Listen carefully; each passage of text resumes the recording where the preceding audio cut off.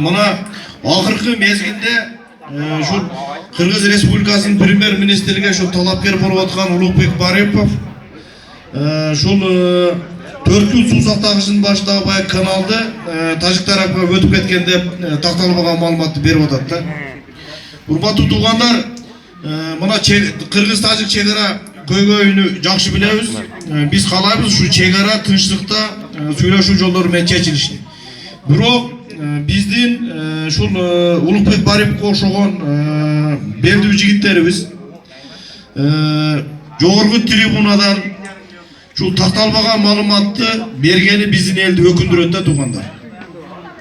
Чегара маселеси ушинтип жеңишинен кете бере турган болсо, буга эч ким жооп бербесе, чоңдор оюна келген такталбаган маалыматты берип кете берсе, анда биз аңгылафта калып, же эксилафта калып коркунучундабыз туугандар. Ошон үчүн биз бүтүндөй ушул элибиздин атынан Садыр Жапаровго, Камчыбек Ташиевго, Улукбек Бариповго жана жогорку ушул чегара боюнча делимитация, демаркация иштерин алып барып аткан өзүбүздүн жетекчилерге кайрылабыз. Тез аранда тактап ушул баягы 4 жыл суу сактагычын башын жана башка ушул чегаралар боюнча элибизге айрыкча ушул Лейлек, Баткен элине тез аранын ичинде ушул маалымат бересин биз талап кылабыз туугандар. Жана ошондой эле мына азыр 4 жыл суу сактагыч боюнча маселе коюлуп атат. Урматтуу катыраңдык туугандар, урматтуу Лейлектик туугандар, 2000 мындан бери 9 жыл мурда сиздер Козбаглан суусун коруп чыккансыздар. Şu Kozbaglan darıyası bulganбасын деп, sizler şu Kozbaglanın başında kazılıp atkan altın kenderin mıyzamdı toxtotkonsuzlar. Oşol ele kampanya, oşol Kozbaglan suusun başında altın kazgan kampanya, bugün günde şu Batken eli su içken, dağı Tajik eli su içken, Aksu Daryası'nın başına kendini kaz olduran tuğanlar.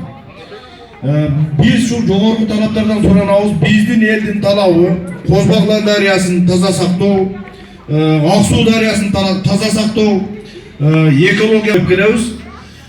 Bizdin daha talaplar orun alıp, şu ken kazуу kampaniyası, ken kazgan işin toktotуш керек tuğanlar. Biz özümüz bilebиз ушул алтын казуу боюнча кумтөрдөн майда кендерге чейин биз утулганбыз Кыргызстан. Алтын казуу кендеринде Кыргызстандын кызыкчылыгы жок. Мына кумтөрдөн биз утулдук. Мына Таласта казылып аткан жер үйдө дагы мамлекеттин үлүшү жок. Демек бул жерде дагы биздин тоолордо мына Апрельский месторождениясы, бул жагынан Карачоклу месторождениясы, бул жагынан Сарыяз месторождениясы алтын кендеринде биздин мамлекеттин, биздин элдин кызыкчылыгы жок. Жанан гана шылуундардын, инвестордун гана кызыкчылыгы бар. Таза суу коркунуч булганычында турат туугандар.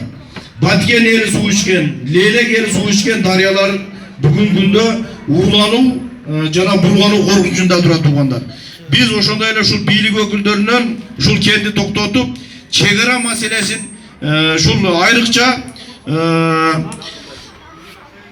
şu 4 yıl su saktagычындагы головной суу бөлгүч боюнча маалыматтарды жерди тактап, элге маалымат берүүсүн талап кылабыз туугандар. Биз эми Тажик Республикасынан жерди талашпайбыз, бирок өзүбүздүн жерибизди бербейбиз. Чегара маселелери тез аранын ичинде чечилип, жергиликтүү элди дагы ушул жага аралаштырууну талап кылабыз туугандар. Biz mına